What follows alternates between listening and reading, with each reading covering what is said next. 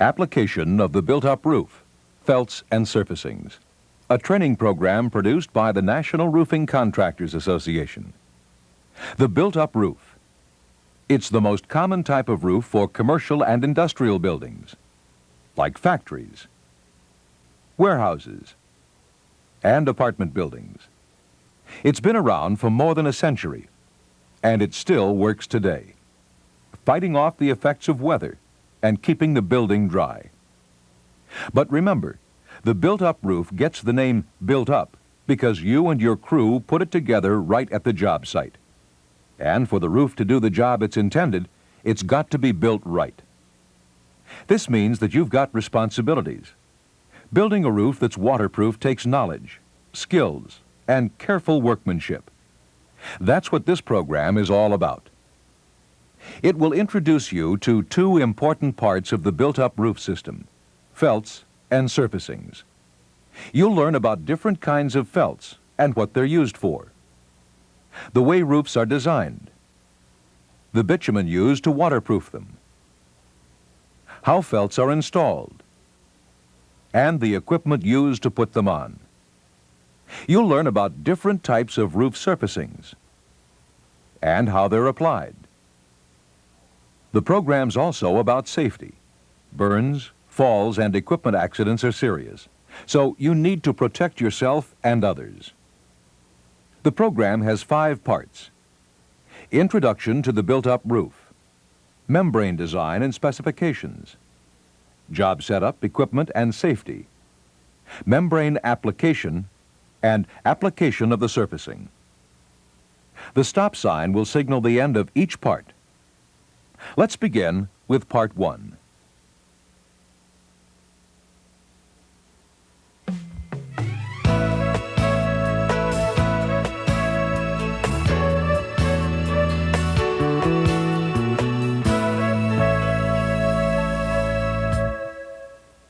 Application of the built-up roof, felts and surfacings. Part 1, Introduction to the built-up roof. In this segment of the program, you'll learn about the components or parts of the hot built-up roof and how they work together to form a roof system. A cutaway view of the roof shows these built-up roof components. First, we'll divide the roof into 2 separate sections, the substrate, which includes the deck, the vapor retarder, and the insulation, and the membrane, which consists of the bitumen, the felts, and the surfacing. The roof deck supports the rest of the system and has other important functions as well. It can be sloped to provide drainage to allow water to run off to the drains rather than standing on the roof. It also provides a means of attachment, holding the other parts of the roof against wind uplift, or other movement that can split the roof. The way that insulation or the membrane is anchored to the deck depends on whether the deck is nailable or non-nailable. Nailable decks can be nailed or mechanically fastened into, while non-nailable decks can only be mopped with bitumen or other adhesives. There are many different kinds of material used to build roof decks. There are steel decks, wood decks, decks made of structural concrete, gypsum and lightweight concrete, and wood fiber decks. The roof designer decides on the type of deck to be used in a building. In application of the roof, we need only be concerned with the manner of attachment permitted by the deck and the condition of the deck prior to application. It should be clean, smooth, dry, and firm. The next part of the roof substrate is the vapor retarder. The vapor retarder keeps water vapor from flowing from the inside of the building into the insulation and is installed between the deck and the insulation. Material used for vapor retarders include mopped felt plies, plastic sheets, aluminum foil, and craft paper sheets. Vapor retarder material is either mechanically fastened or attached by hot mopping or with cold adhesives, depending on the material used and the specifications. Vapor retarders are often not used in a roof system. In this case, the first roof component installed over the deck is the insulation. The purpose of thermal insulation is to keep heat in the building in the winter and to keep heat out in the summer. So insulation not only makes the building more comfortable, it holds down the amount of heating and cooling required, which saves money. Insulation lessens the contraction and expansion of the deck material that comes from temperature extremes, and in many instances provides a substrate for attachment of the membrane. Special tapered insulation can be used for drainage. There are generally three kinds of roof insulation: rigid board insulation, such as this perlite board; poured-in-place fills, such as lightweight concrete; and dual-purpose deck and insulating plank. Here's a preformed cement fiber deck. Like the vapor retarder, insulation is either mechanically attached or adhered to the deck by hot mopping or with cold adhesives. In some cases, one layer of insulation will be mechanically fastened and the other layer or layers mopped on top. A vapor retarder may be mopped on the first layer before the second is installed. Now we come to the roof membrane. This is the part that keeps the building dry. It is installed over the insulation, as pictured here, or, if no insulation is used, directly on certain kinds of decks. It consists of a combination of bitumen, felts, and surfacing. Bitumen is the primary element in the built-up roof because it is the waterproofing agent, the only waterproofing agent. Bitumen and ply felts work together to make the roof watertight. The felts stabilize the bitumen, and the applied bitumen in turn acts as an adhesive. It melds with the bitumen in the roofing felts and welds the layers together. Bitumen, or hot stuff, or just hot, refer to one of two kinds of waterproofing material: asphalt and coal tar, sometimes called coal tar pitch or just pitch. Although they look alike, they have different origins and qualities. Asphalt is a petroleum product, and coal tar comes from coal.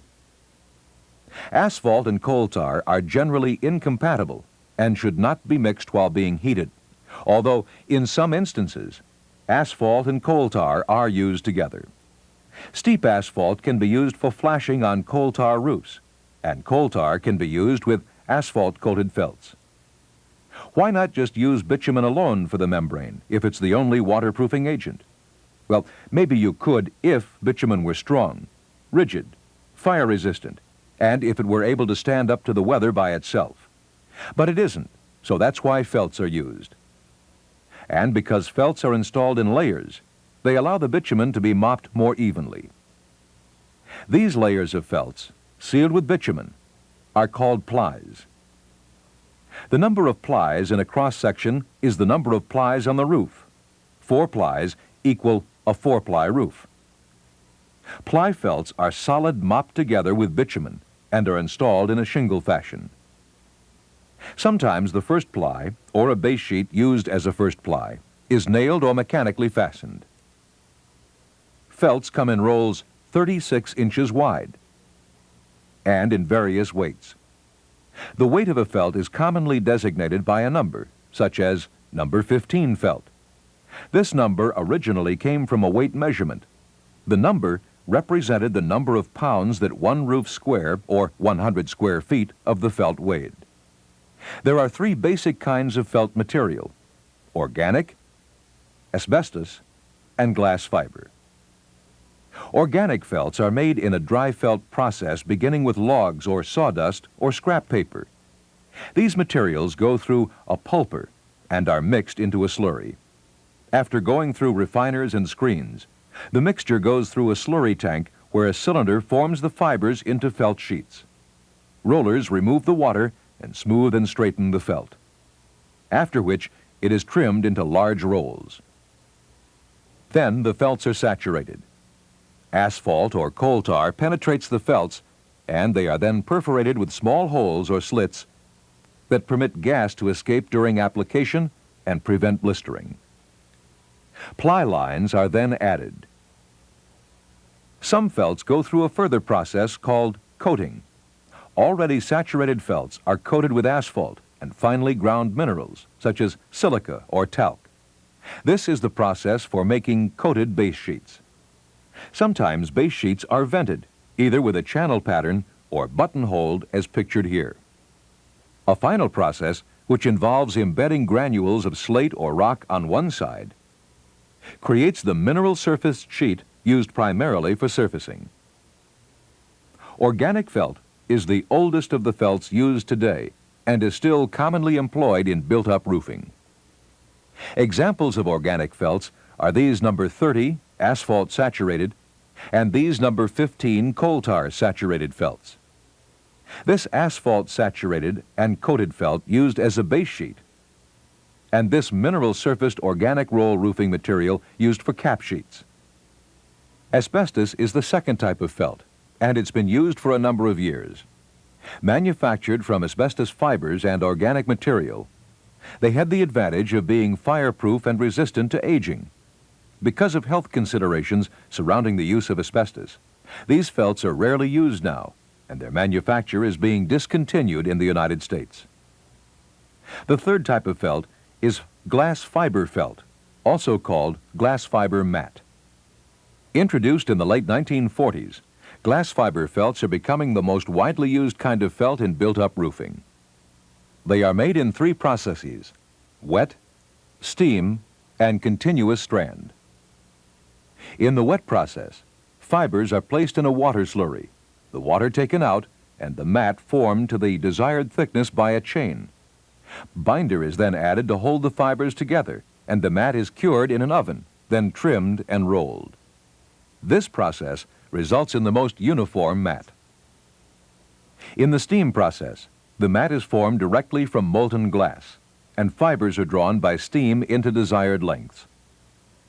During the continuous strand process, the fibers are mechanically pulled from molten glass and laid in a pattern on the chain. This process yields the strongest glass fiber felts. During the manufacturing process, glass fiber felts are coated with bitumen, and a parting agent, such as sand or talc, is added to keep the rolls from sticking together. As can be seen here, glass fiber felts are naturally porous. Note the holes where light is showing through. These mats do not need to be perforated. Here are several examples of glass fiber felts, a Type 4 ply felt and a glass fiber cap sheet. Before leaving the subject of felts, we should mention another type of material used in built-up roofing known as fabric. Fabrics are primarily used for flashings or sealing of the membrane edge and perimeters. The last component of the built-up roof membrane is the surfacing, which protects the felts and bitumen from damage from weather and traffic on the roof. There are 3 kinds: aggregate surfacings, commonly either gravel or slag, cap sheets, and smooth surface. Aggregate surfacing consists of gravel, crushed stone, marble rock, or volcanic rock embedded in a flood coat of bitumen. Gravel surfacing has a number of benefits. It holds together the bitumen, which allows you to apply a thicker flood coating than you could use otherwise. Gravel shields the bitumen from solar radiation and prevents erosion from wind and rain and the impact of hail. It acts as a ballast or weight against wind uplift and aids in fire resistance. Unfortunately, gravel also hides membrane defects such as blisters or ridges, and also makes repair of a roof more difficult. The second type of surfacing involves use of mineral surfaced cap sheets. These are generally used in situations where gravel surfacings are not desirable and where the roof slope is sufficient to allow for a rapid runoff of water. The mineral granules added to one side during manufacture aid in the weatherability of the sheets. They are applied in hot bitumen. Smooth surfaced application refers to the use of either hot asphalt mopped over the entire surface, sometimes called a glaze coat, or cold-applied asphalt emulsions, cutbacks, and other coatings sprayed, rolled, or brushed on. Smooth-surfaced roofs have the advantage of being lighter in weight and easier to inspect and repair than other kinds of surfacings, but also require sufficient slope for drainage. Asphalt coatings may be applied in combination with sprayed mineral granules for extra protection, and reflective coatings such as aluminum may be used. On any type of surfacing, special foot traffic protection is sometimes added, such as these asphalt planks and these wooden walkways installed on supports. You now have been introduced to the components of the built-up roof. A quick review of these components shows that we have first the substrate consisting of the deck, vapor retarder, and insulation, and the membrane, which includes bitumen, felts, and surfacing. The bitumen, which can be either asphalt or coal tar, is the waterproofing agent in the membrane and holds the felt plies together. The felt plies, either organic, asbestos, or glass fiber, stabilize the bitumen and provide strength to the membrane. The surfacing, either aggregate, cap sheets, or smooth, protect the membrane. You have now completed part 1 of the program. When you have finished any activities your supervisor suggests, go on to part 2.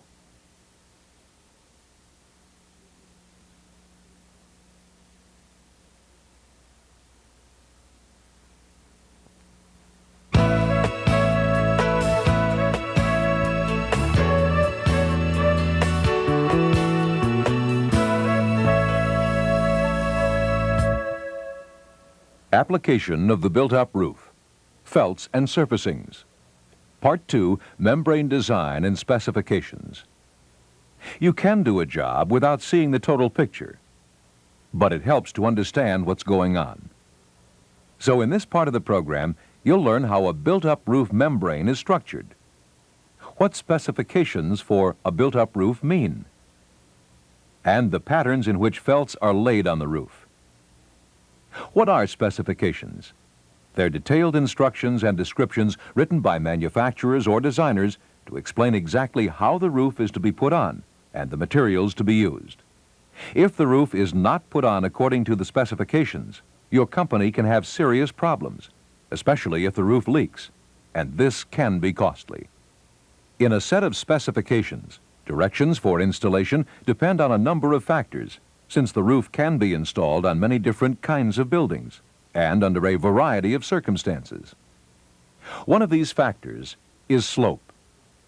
The roof slope is simply the amount that the roof rises from the low point of the roof to the high point, or the roof edge, and is measured in relationship to the run of the roof, which is the flat distance from a wall to the ridge.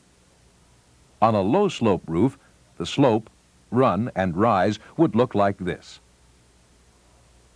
The purpose for slopes is to provide for the runoff of rainwater so that it will not pond on the roof. And by the same token, the greater the slope, the more important it is that the membrane is secure and does not slide off the roof as well. This affects the type of bitumen used, the manner of membrane attachment, and the type of surfacing installed. Another consideration is drainage.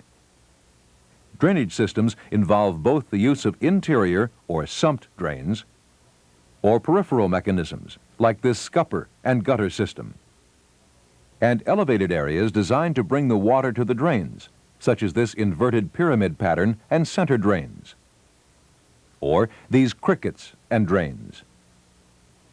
Types of drainage systems are detailed in specifications, and the way that felt plies are installed in or around drains and elevated areas is also important. This brings us to the part that's most critical to you, the kinds of felts used and ply configurations. What choices are there? And what's a ply configuration anyway? Plies are laid in a shingle fashion, beginning at the low point of the roof, with edge laps that do not buck water as it drains down the roof. The base sheet, or the first ply, can be mechanically fastened or nailed, depending on the slope or substrate, and the nailing pattern can be specified, as well as the kind of nails or fasteners to be used. In laying plies in shingle fashion, a certain amount of the preceding ply will be exposed. Ply felts are 36 inches wide and are provided with ply lines that are used in aligning for proper exposure and side lap.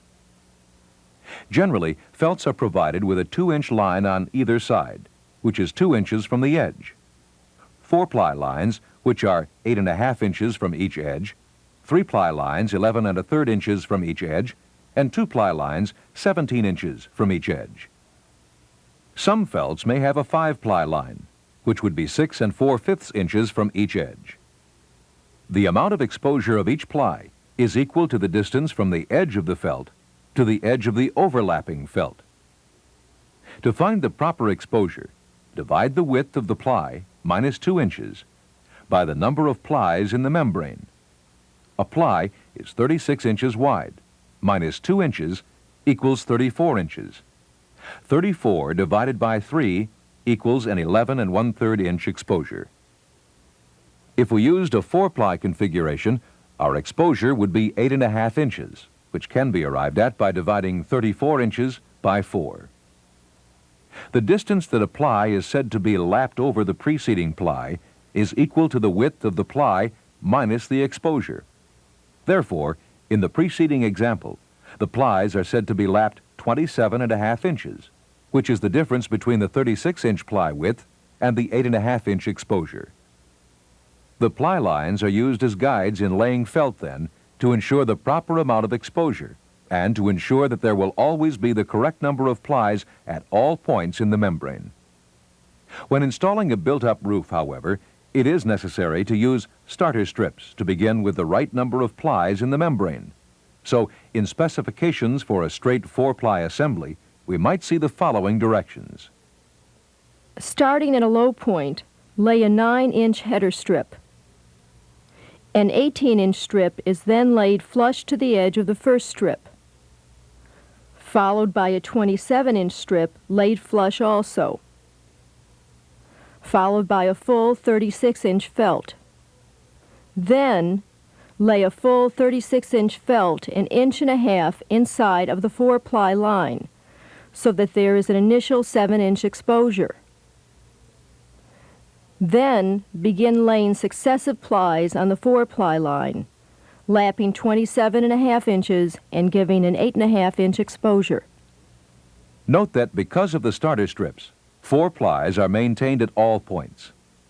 Also note that by bringing the first full width of ply in 1.5 inches, a 2-inch lap exists between the edge of the first 9-inch starter strip and the edge of the full width of ply. This 2-inch lap will be maintained throughout. In addition to side laps and exposure, specifications will often call for end laps of so many inches. An end lap refers to the amount of felt lapped over the end of the preceding felt at the end of a run. Normally, this is from 4 to 6 inches. In all cases, end laps need to be staggered to prevent the laps from being in a line that water can follow down the roof slope. This is done by beginning each ply run with a different length of felt, or by cutting as necessary. So you can see that ply configurations are very important in specifications, and that good workmanship involves attention to these details. Okay, so far we've discussed slope, drainage, substrate, ply type and configuration, and nailing requirements. In addition, specifications will usually recommend the type of bitumen to be used, the application temperature, and the quantity to be applied in all phases of application. The bitumen quantity is normally expressed in terms of weight, the average number of pounds per roof square of bitumen to be applied. If it's asphalt, it comes in 4 types. Each has a different temperature at which it begins to soften or flow. It's called the softening point. As the softening point increases, the steeper the slope of the roof it can be used on. Type 1 has the lowest softening point and is called dead-level asphalt. It is generally limited to roofs with slopes of 1/2 inch or less. Type 2 is called flat asphalt and is for roofs with a slope of from 1/2 inch to 1.5 inches. Type 3 is steep asphalt, and 4 is special steep. Special steep asphalt can be used for roofs with slopes from 2 inches to 6 inches per foot. To produce a watertight roof, the asphalt must flow properly to provide full coverage. It needs to be thick enough, but not too thick when applied. This depends on the bitumen being at the right temperature. Temperature affects bitumen's resistance to flow, which in turn affects mopping weight. If the application temperature is too high, asphalt will have a high flow and moppings will be too light. There will be voids. When the application temperature is too low, the flow will be low. You'll get heavy moppings. This can cause poor adhesion, leading to slippage of the membrane. For these reasons, the correct application temperature is very important. This correct application temperature for asphalt is known as the equiviscous temperature, or EVT. It is the temperature of asphalt at the point of application that will produce the right flow. It is a temperature range plus or minus 25 degrees Fahrenheit. The asphalt's EVT is often provided on the drum or bill of lading. Here, the asphalt's EVT is listed as 425 degrees. That means that the asphalt should be applied at no less than 400 degrees and no more than 450 degrees Fahrenheit. Remember that the EVT will vary depending on the batch of asphalt being used, regardless of the type. There are three types of coal tar. Type 1, coal tar pitch, Type 2, waterproofing pitch, and Type 3, coal tar bitumen. Type 1 and 3 are used for roofing, while Type 2 is exclusively for waterproofing. EVT is not used to measure coal tar. The application temperature range between the types is small. Most manufacturers recommend a range of between 345 and 375 degrees. Not only will specifications tell you what kind of bitumen to apply, they will specify, in some instances, mopping techniques to be employed. In all cases, interply moppings are done with a uniform coat of solid mopping, either by hand or mechanically. Brooming in or squeegeeing the felts is generally specified.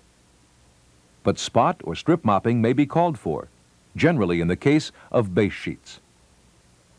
The type of surfacing to be used will also be specified, whether aggregate, cap sheet, or smooth surface, as well as application considerations. Flashing details also play an important role in roof specifications, including material to be used and manner of application, although these are beyond the scope of this program. The final factor in our specifications is climatic conditions. Certain roof specifications are recommended for specific regions of the country, based on the climatic conditions common to those regions, including average temperature, precipitation, and winter conditions. A regional map showing 3 separate areas looks like this. In addition, application procedures will be affected by weather conditions. This is particularly true of bitumen application in cold weather, where the cooling effect can cause the bitumen to be applied at the wrong temperature if care is not taken. Let's review some actual specifications to see how these factors are taken into account. This specification plate is for a coal tar organic felt roof membrane with an aggregate surfacing. It has a nailable deck, such as wood plank or plywood, without insulation, and a 4-ply membrane with a base sheet nailed and 3 plies mopped. On all wood or wood fiber decks, rosin-size sheathing paper shall be applied as the first layer below the roof membrane is shown. The sheathing paper shall be fastened in place with side laps of 2 inches and end laps of 4 inches. Rosin-sized sheathing paper is specified here to keep the bitumen from leaking to and through the deck. This material, also called dry sheets or slip sheets, comes in 36-inch rolls like felt. Note that the specifications call for the dry sheets to be installed full width with 2-inch side laps and nailed 9 inches on center in a straight pattern down the laps. The term on center, abbreviated OC, refers to the distance from the center of the head of one nail to the center of the next. 1 ply of number 40 asphalt-coated organic base sheet shall be installed starting at the low end of the roof deck. The base sheet will be side-lapped 3 inches and end-lapped 4 inches. Use 1-inch roofing nails driven through flat metal discs or pre-capped roofing nails, nailing 9 inches on center, 1 inch above the bottom of the lapped edge, and staggered, 18 inches on center in 2 rows, 12 inches from the lapped edges. The specifications then continue with a description of the installation of the 3-ply configuration over the nailed base sheet. 3 plies of number 15 coal tar saturated organic felt shall then be embedded in a fluid coating of coal tar bitumen at 350 to 400 degrees Fahrenheit and applied at 25 pounds nominal per roof square minimum. Start with a 12-inch wide strip, then a 24-inch strip, then a full 36-inch strip, all laid to the roof edge. Succeeding courses of felt are laid full width and side lapped 24 2/3 inches, leaving an exposure of 11 1/3 inches. The term nominal, in reference to the pounds of bitumen or aggregate, is commonly used. It means plus or minus 15 to 25% of the amount specified on an average per roof square. The specifications now describe the surfacing. Into a uniform flood coat of hot coal tar bitumen, aggregate surfacing shall be spread. The bitumen shall be spread at 75 pounds nominal, and the aggregate surfacing shall consist of 500 pounds of gravel nominal, or 400 pounds of slag. Note the heavier coating of coal tar specified for the top coating compared to that called for in the interply mopping. An additional notation in the specification states that this roof is not recommended for slopes steeper than 1/4 inch per foot due to potential problems of membrane slippage associated with coal tar. Our next specification is for an asphalt glass fiber felt roof membrane over an insulated deck with a cap sheet surfacing. This is a 3-ply assembly mopped to the insulation.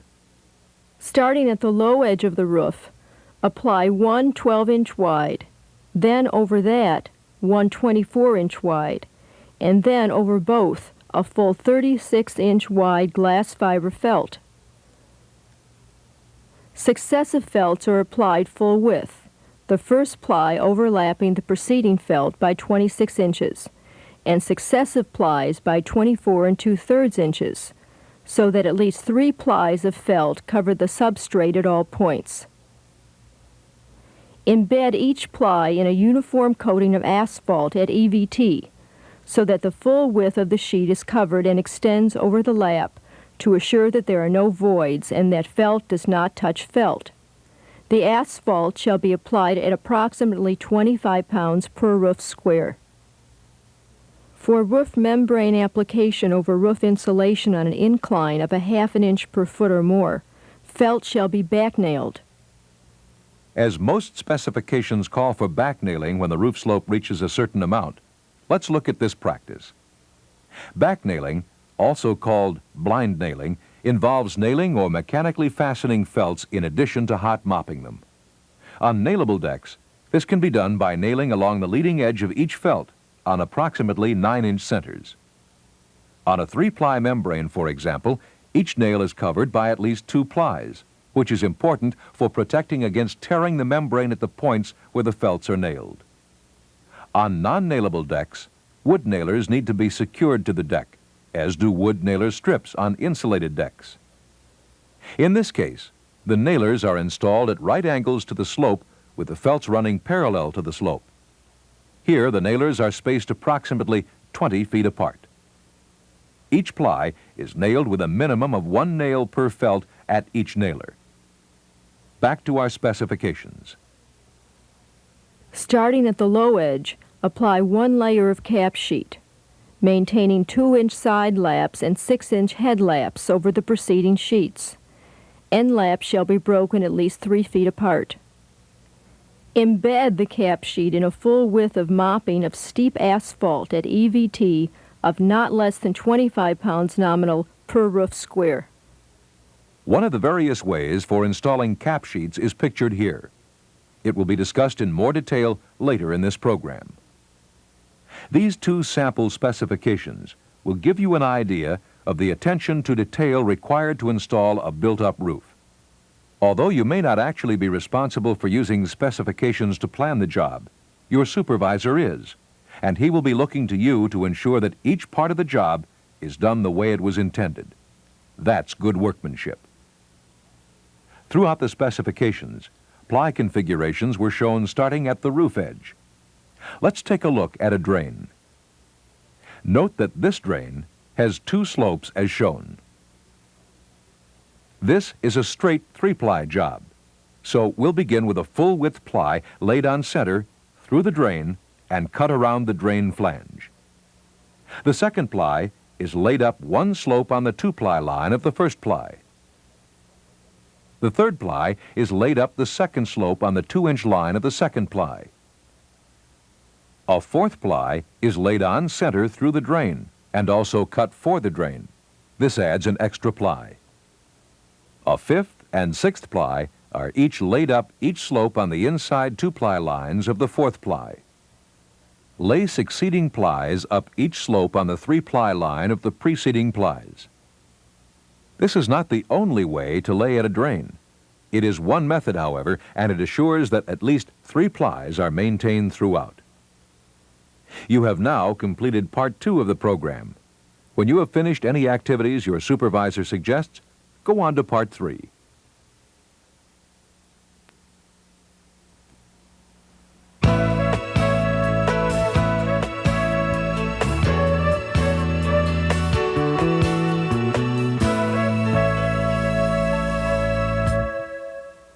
Application of the built-up roof, felts and surfacings.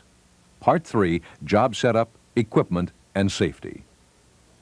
Before you begin putting down the roof, you first have to set up the job. You've got to get material to the job site and onto the roof. This means knowing transport, setup, loading, and hoisting procedures, and being familiar with the operation of equipment available to you and using it properly and safely. You should be concerned with safety in everything that you do, from the clothes you wear, to the way you load material, to the handling of hot. Proper dress is important. You should always wear a long-sleeved shirt buttoned at the cuff, properly fitting pants without a cuff, gloves with a snug cuff, and high-topped shoes with thick rubber or composite soles. If there are any hazards above, you should wear a hard hat. And when sweeping, spraying, spudding, or working with a kettle, a face shield. On roofs with parapet walls less than 36 inches high, warning line systems should be in place. These warning line systems consist of stanchions and wires or other supports between 35 and 45 inches high as measured from the deck. The lines are normally set up 6 feet from the roof edge, but when mechanical equipment is used, 10 feet. In some cases, particularly where material loading and handling are taking place near a roof edge, safety belts, lifelines, and guardrails may be employed, and all small openings, such as skylights, should be covered with plywood. Okay, it's time to load and set up for the job. Let's review some procedures to be followed at this point. When you first begin to load up for a built-up roof job, it's important that the felt material called for the job is used. Be sure to check the labels on the rolls to make sure they are the right weight and type. As with all equipment loaded on the truck, the material needed last should be loaded first. For instance, if your job called for a base sheet and 3 plies of felt, the felts would be loaded first. All felts and rolled roofing materials should be stacked on end and never laid flat. Laying them flat will cause buckles and wrinkles that will show up when they are applied on the roof. And when loading or unloading, remember to lift material with your body close to the load, bending at the knees and lifting with the legs and not the arms or back muscles. Unloaded felts should be placed as close to the building to be roofed as possible, or next to the roof loading device. If you're storing rolled material on the site, make sure the felts are on end on a clean, dry surface. When stored outside, they should be placed on a pallet and covered with a tarpaulin to keep moisture out. Loading of material on the roof should be planned carefully, with attention to the capability of the deck to support the load. Generally, with felts and surfacing, such as gravel, you want to avoid loading more material than can be used in one day. There is a large variety of loading and hoisting equipment used to get felts, aggregate, and other material to the roof. Depending on the size of the job and the equipment that your company has, you may use just some of this equipment, or all of it. Whenever using any equipment, you should be thoroughly familiar with the manufacturer's operating instructions and safety warnings. Let's begin with a ladder. Before using any ladder, check it for broken rungs or cracks in the side rails. These can be dangerous. Ladders should be tied off at the top and firmly placed on the ground. Be sure that the slide rails extend 3 feet above the roof line. Make sure that the distance from the foot of the ladder to the wall is 1/4 of the length of the foot to the roof edge. Here, the distance from the ground to the roof edge is 8 feet. The ladder, then, should be 2 feet from the wall at the bottom. Be sure to keep ladders away from power lines. And remember, ladders are for transporting people only. Do not carry material up a ladder. For this is what hoisting equipment is for. Like the ladder wheel hoist, it's a ladder with a hoisting wheel and a special bracket that fits over the rungs. To operate, the hoist is held away from the building, as a roofer on the ground raises or lowers the material. The rigid beam, or hand beam hoist, is made of 2 pieces of tubular steel. Metal pins allow for angle adjustment. These hoists generally have a capacity of 200 or 300 pounds and should not be used for loads heavier than the manufacturer's recommendation. With any felt, felts may be hauled up with a rope or rope and hook. When using a rope and hook, make sure that the hook is turned away from the roll so that it does not damage the felt. There is also a variety of powered hoisting and loading equipment, such as the monorail or trolley hoist. This is a roof-mounted powered hoist with a sliding trolley that the boom and power unit slide over. Several accessories are used with this equipment, including gravel buckets and hoist forks. The ladder platform hoist has a platform carriage that travels up and down the rails of a ladder. Materials roll off at the top of the ladder onto the roof. The swing beam hoist has a boom that can swing from side to side. It can be either roof-powered or ground-powered. Another kind of loading equipment is the conveyor. It's a continuous belt mechanism used for all types of roofing material. It's generally used for jobs where delivery of large amounts of material is necessary. Other types of equipment used for loading and hoisting are forklifts and pallets, power cranes, often mounted on trucks, and the scissor lift truck. This equipment requires special training and should never be used unless you are thoroughly familiar with the operating instructions. The transport and storage of bitumen also requires special equipment. It is transported and heated in a kettle or tanker, and additional asphalt or coal tar is carried in drums on the truck for use at the job site. The kettle operator is responsible for loading the kettle and for maintaining a sufficient quantity of bitumen to be used on the roof. He is also responsible for heating the bitumen so that it will be at the proper application temperature on the roof, which usually requires that it be heated above its EVT to compensate for heat loss from the kettle to the roofer's mop. The bitumen is delivered from the kettle or tanker to the roof by a pump through a supply line, to which is attached a discharge line. The flow of bitumen from the pump through the supply line can be controlled by use of a line from the pump valve to the roof, and the bitumen is then discharged on the roof into a variety of containers for use in carrying it to where it's needed. A few warnings about bitumen. First, handle it with care. Remember, it's hot, molten material heated to over 400 degrees, and it will stick to anything, including your skin. So always wear protective clothing. Never overfill containers and cause hot stuff to splash. Make sure that there is proper support for the pipeline and that all unions are secure. Open the valves and drain cocks slowly and carefully so that on windy days hot stuff doesn't blow around. And avoid walking in bitumen. It's slippery and can cause a fall or burn. The containers used for transporting bitumen are of three types: hot luggers, some of which are powered units, mop carts, and buckets. When working with hot carriers, remember to check bearings and axles for safe operation. Make sure that carriers are not damaged or out of balance for obvious reasons. And always clear a safe path before pulling a carrier across the roof. Also, be sure to use high buoys and low buoys for their intended purpose. High buoys for felt layers and low buoys for mop carts and buckets. When carrying buckets of hot, make sure your path is clear and warn others that you are coming by yelling, "Hot." If you need to hoist buckets of hot to the roof, only use hand-operated rope and wheel hoists, since powered hoists are more difficult to control. Pour from a bucket with one hand by holding it firmly and pouring on either side of the bale or handle. Do not grab the bottom of a hot bucket.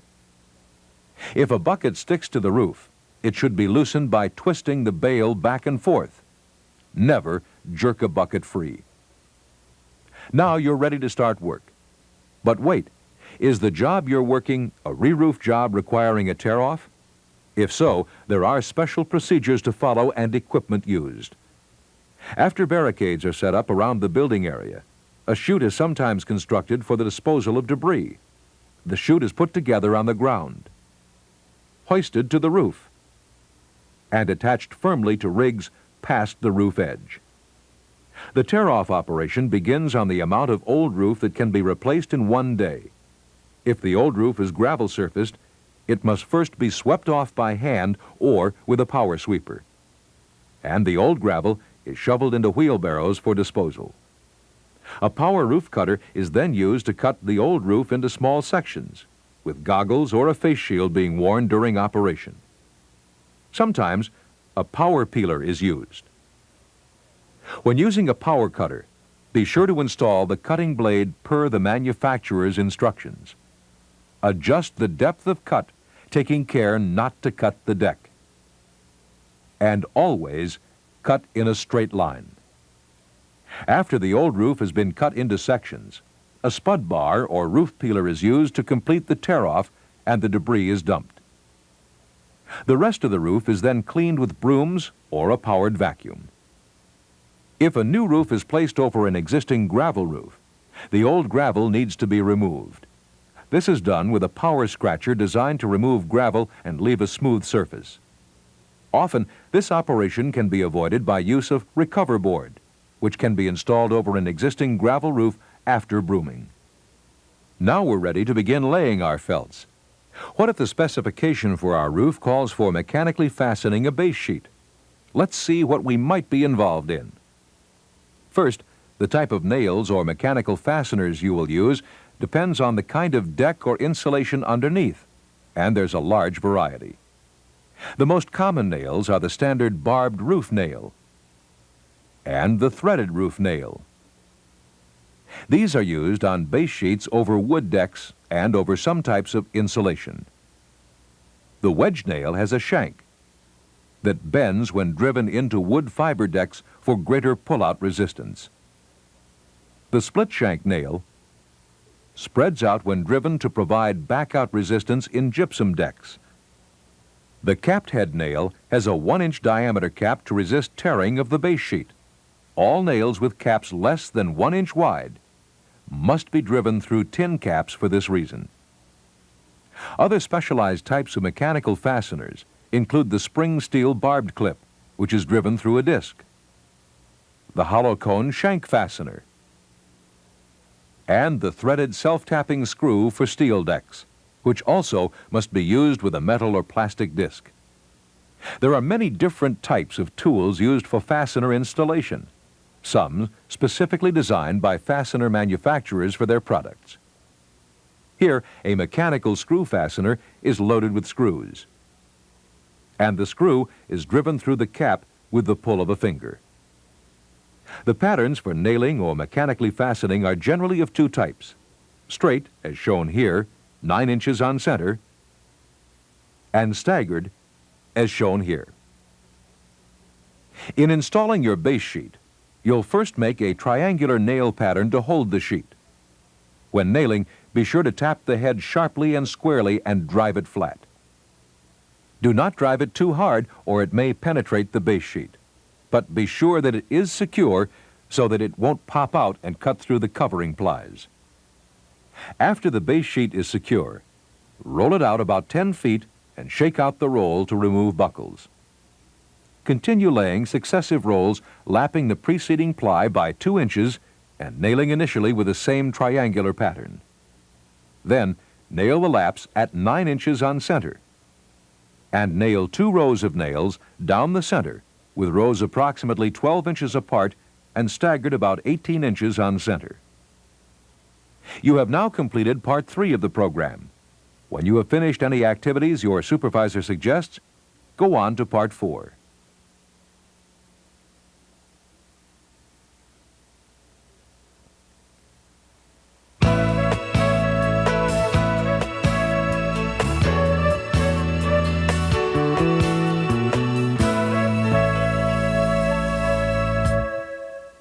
Application of the built-up roof, felts and surfacings.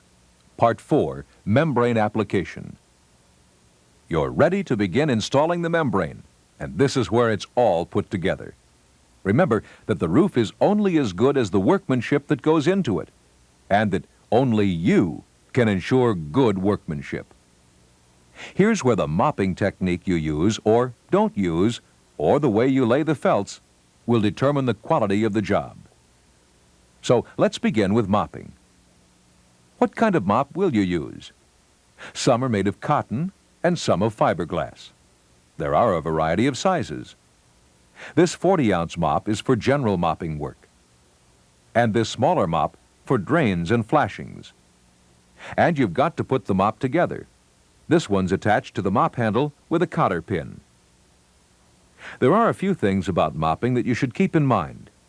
You've heard a lot about the right amount of bitumen and uniform application in the specifications. Well, it's right here where it all happens or doesn't happen. To begin with, you should make sure that the mop, particularly a new one, is completely saturated with bitumen before you begin. Mopping with less than a totally saturated mop can result in dry mopping. You'll get voids between the plies. Use a continuous mopping motion to spread the bitumen evenly. And remember, at the end of the day, the mop should be removed from the roof and spun out and not left balled up. It could actually burst into flame from its own heat. For solid mopping, you would place the bucket about a foot from the ply to be mopped. After soaking the mop, take it out of the cart, putting one hand about a foot from the mop handle and the other a couple of feet from the mop head. Use the handle like a lever so that less energy will be needed to lift it. Place the mop in front of the ply and draw down to the ply line. Turn the mop toward the roll and push to the roll to a distance of no more than 9 feet. You would reduce the length of this stroke in cooler weather. At the end of this stroke, draw the mop up the face of the roll and turning the mop, bring it back, mopping the high side until you reach the mop cart. The felt is rolled into the hot bitumen as soon as the mop stroke is finished. Make sure a small puddle of bitumen forms in front of the roll and is pushed forward by the roll so that there will be enough left over at the edges. Also, when the roll is applied, check the exposed lap to make sure that a small amount of bitumen runs the entire length. Go to the other side of the cart. Place the mop back in the cart and, making sure it is completely saturated, begin a stroke down the face of the roll. Draw the mop along the ply line to a distance of no more than 9 feet. At the end of the stroke, turn the mop over and bring it back until you reach the cart again. Pull the cart back for the next roll. Remember, always let the mop glide across the felt. Do not scrub plies with the mop. Okay, now we're laying a straight 3-ply job by hand with organic felts, and we've got 3 people. 1 to handle the roll, the second to mop, and a third to broom in. You can handle the roll. Since you'll need a 12-inch and 24-inch starter strip, you'll start by cutting these using a felt knife or slitter like this. Cut 2/3 of an inch inside the 3-ply line. This will give you both a 12-inch and a 24-inch starter strip to begin the job. The mopper then applies a solid mopping in excess of 12 inches in width. Begin the first starter strip 2 inches above the area of the cant strip and flush with the parapet wall, and fly it into the bitumen. Your mopper then mops onto the 12-inch strip plus another 12 inches to give a solid mopping of 24 inches. And you lay the next starter strip. Your mopper then applies a full width of bitumen, and a full 36-inch ply is rolled into the bitumen flush with the edges of the starter strips. The mopper then applies a uniform mopping of bitumen several inches below the 3-ply line of the full width ply up 36 inches for the next ply. You then lay a full width ply about 1 1/3 inches below the 3-ply line to give an exposure of 10 inches. The next and succeeding plies are laid on the 3-ply line of the preceding ply. After each ply is laid, the felts are immediately broomed in with a push broom to smooth out any wrinkles. When beginning each roll, you should throw the felt above the ply line. Then slide it even with the ply line, and then roll the felt out in a straight course. If the roof is at all steep, you'll have to exert pressure on the roll to keep it in a straight line and to avoid buckling of the ply. If the felt does get out of alignment, it should be cut, and a new stretch of roll laid after mopping the lap. Any excess at the end of a roll that does not come into contact with bitumen should be cut. If a projection blocks the start of a roll, begin the roll past the projection. Back roll the felt, and cut for the projection.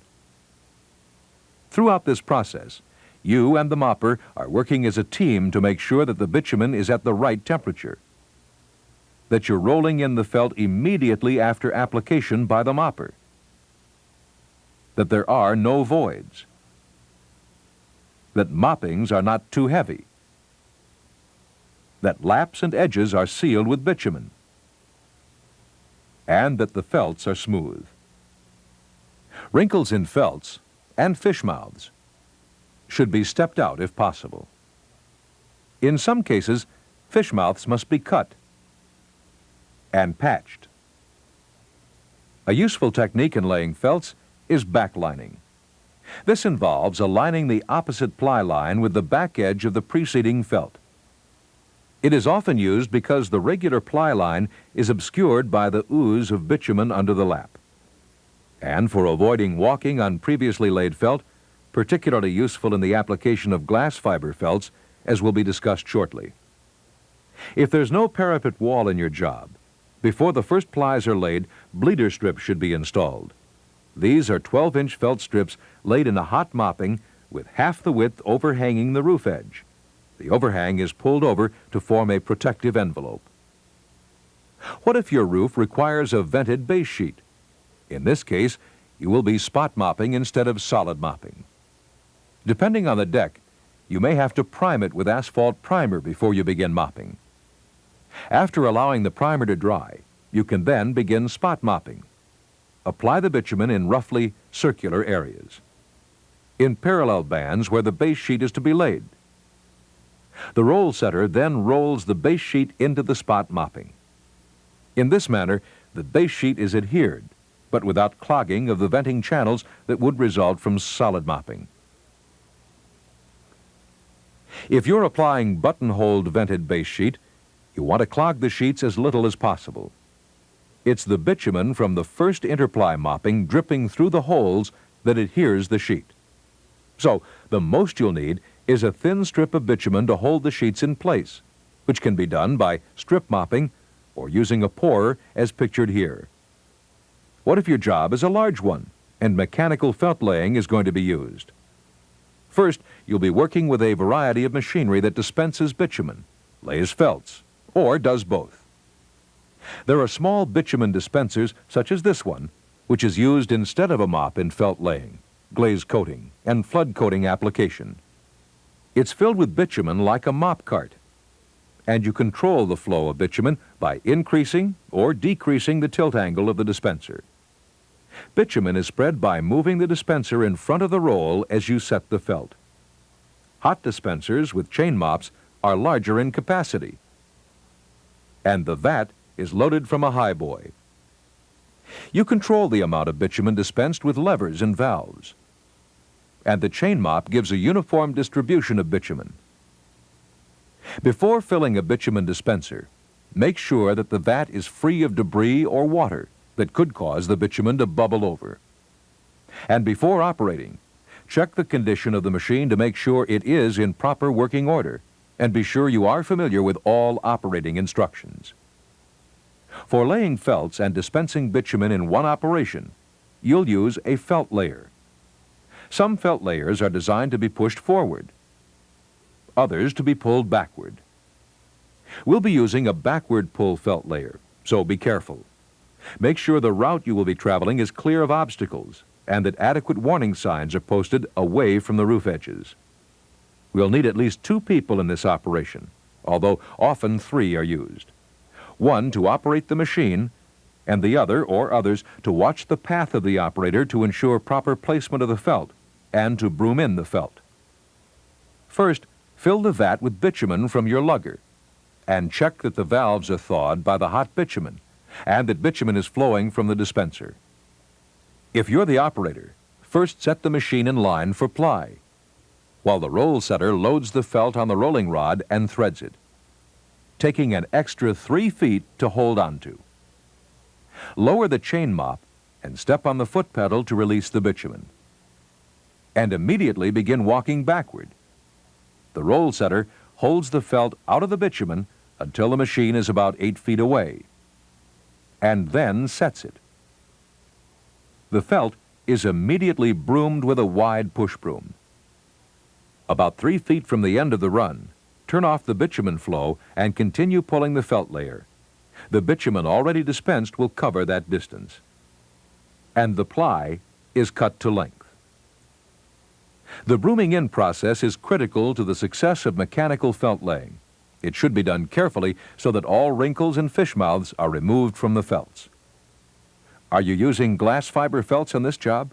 If so, you should know that this kind of felt has certain properties that can require special attention during installation. The first of these properties is porosity. Glass fiber felts are naturally porous. That is, there is space between the fibers. Because of this porosity, bitumen must bleed through the mats and not simply adhere to the surface in order to bond the glass plies together. Additionally, unless completely sealed with bitumen, moisture can percolate through the porous plies. This makes bitumen application especially critical. The second property is memory, and glass fiber felts have a strong one. What this means is that the felts will generally try to return to their originally installed position, which is straight and flat. This memory makes bitumen displacement a greater potential problem, since once bitumen is displaced or moved out of the way under a load, the plies return to their original position and a void is created where the bitumen once was. So it is especially important when mopping glass fiber felts to apply a uniform application of the right quantity of asphalt at the right temperature, EVT. To bleed through the mat, the asphalt must have the proper flow, not only to adhere but also to penetrate the ply. And the full amount of bitumen specified must be used. There must be enough so that you can see it bleeding through the felts during application. Avoid point loads on newly installed glass fiber felts, such as foot traffic or equipment. Such loads can cause displacement of the bitumen before it has a chance to set, and this displacement may not be noticed because of the felt's memory causing the felts to return to the flat state. And since the plies are porous, displacement will leave a void that may be filled by water before the roof is even finished. To avoid putting loads on the felts, you should not walk on the plies while kicking them in. Use the backlining technique previously described, or chalkline the roof as pictured here and avoid walking back across the newly installed membrane. In mechanical application of glass fiber felts, the practice of brooming in is to be avoided the brush will get coated from the bitumen bleeding through the porous felts, making it hard to handle. Instead of a broom, use a large 36-inch wide squeegee and pull it over the felts rather than pushing it. Make sure that you pull the squeegee parallel to the laps and not against them. And do not try to walk out fish mouths or wrinkles in glass fiber felts. Because of the felt's memory, they will reappear unless cut and patched. You have now completed Part 4 of the program. When you have finished any activities your supervisor suggests, go on to Part 5.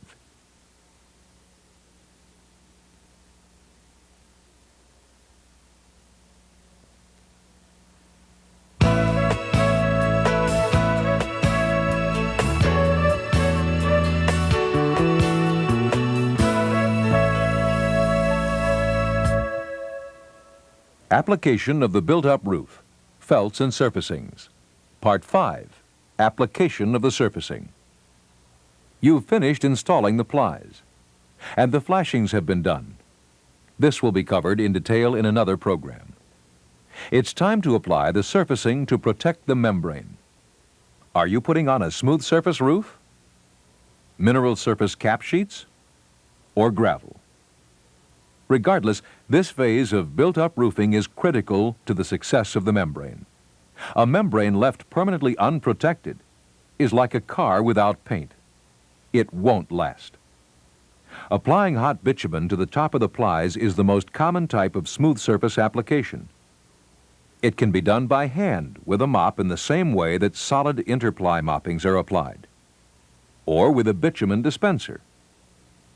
As with interply moppings, the application of bitumen must be uniform and in accordance to specifications as to the quantity and application temperature.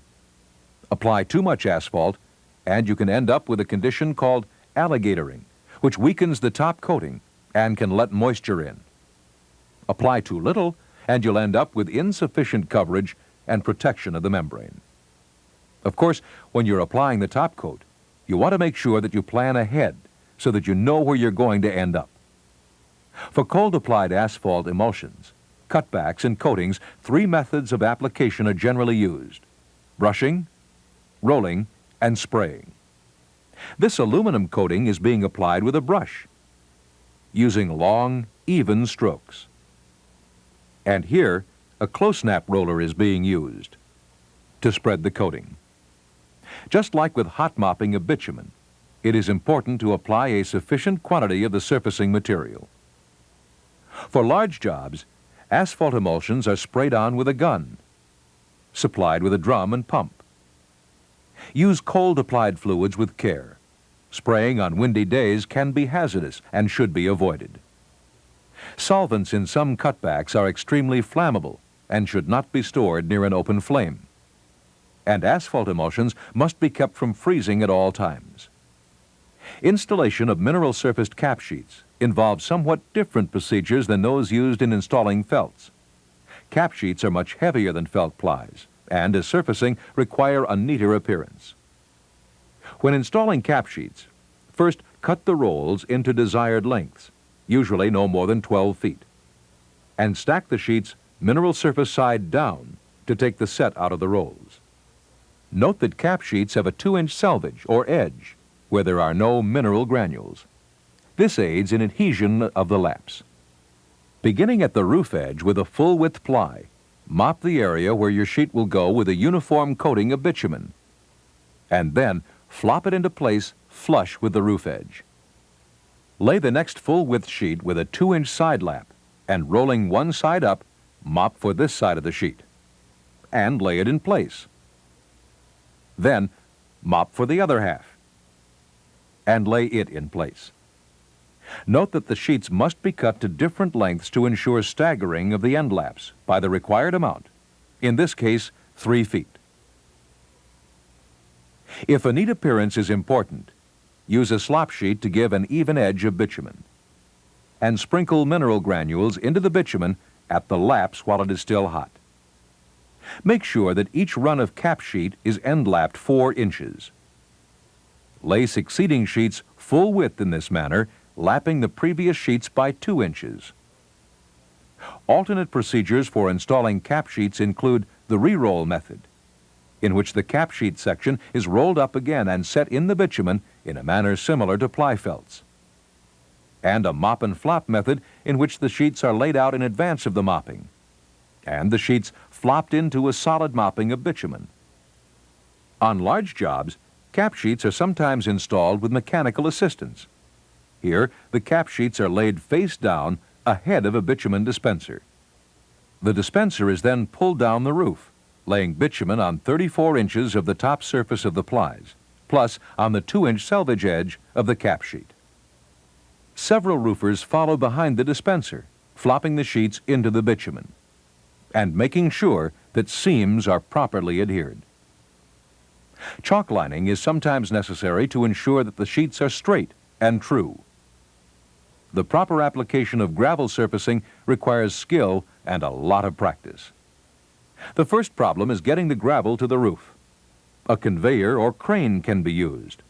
The gravel is loaded from a truck into a hopper attached to the conveyor, or loaded directly by a crane.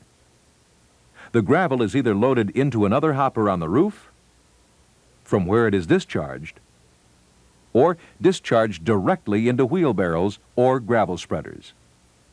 Instead of conveyors and cranes, hoists are often used with bottom discharge buckets. The bucket is loaded from a pile on the ground and hoisted to the roof. On the roof, the gravel is unloaded into wheelbarrows or gravel spreaders. During hand graveling, wheelbarrows are used for transport to the graveling-in site. When loading a wheelbarrow, avoid overfilling. Lift wheelbarrows with knees bent slightly to reduce the strain on back and arm muscles. And be careful when dumping or setting down a loaded wheelbarrow. If the legs tend to puncture the membrane, you may need to use a board. Okay, you're ready to apply the flood coating. You'll use either a dipper or pourer. When using a pourer, hold it close to the roof to avoid splashing, and spread the bitumen evenly to avoid cold spots called holidays. Always take great care when using a dipper or pourer. Severe burns can result from sloppiness. Graveling in proceeds immediately after the application of the flood coat to ensure proper adhesion of the gravel. Various techniques are used for graveling in. You can flip it in using a gravel flipper, or scoop it in using a shovel. You load the scoop and with a fanning or arc motion, spread the gravel into the hot bitumen. Mechanical graveling is also commonly used. It involves gravel spreaders, bitumen dispensers, or equipment that does both. A gravel spreader is a 3- or 4-wheeled cart that dispenses gravel, while being pushed behind a bitumen dispenser. A lever allows you to adjust the amount of gravel to be dispensed. Although mechanical graveling is more efficient than hand graveling on large jobs, it is still necessary to do dress-up work by hand, such as brooming out ridges and filling voids. Will there be a lot of foot traffic on the roof? If so, you may have to install walkways. The most common of these are asphalt planks or pads, which are manufactured with an asphaltic board, sandwiched between coated felts or coverings. Often, they are topped with mineral granules. They are usually set directly into a coat of bitumen on the membrane and are spaced several inches apart to permit drainage. You have now completed Part 5. When you have finished any activities your supervisor suggests, you have completed the program.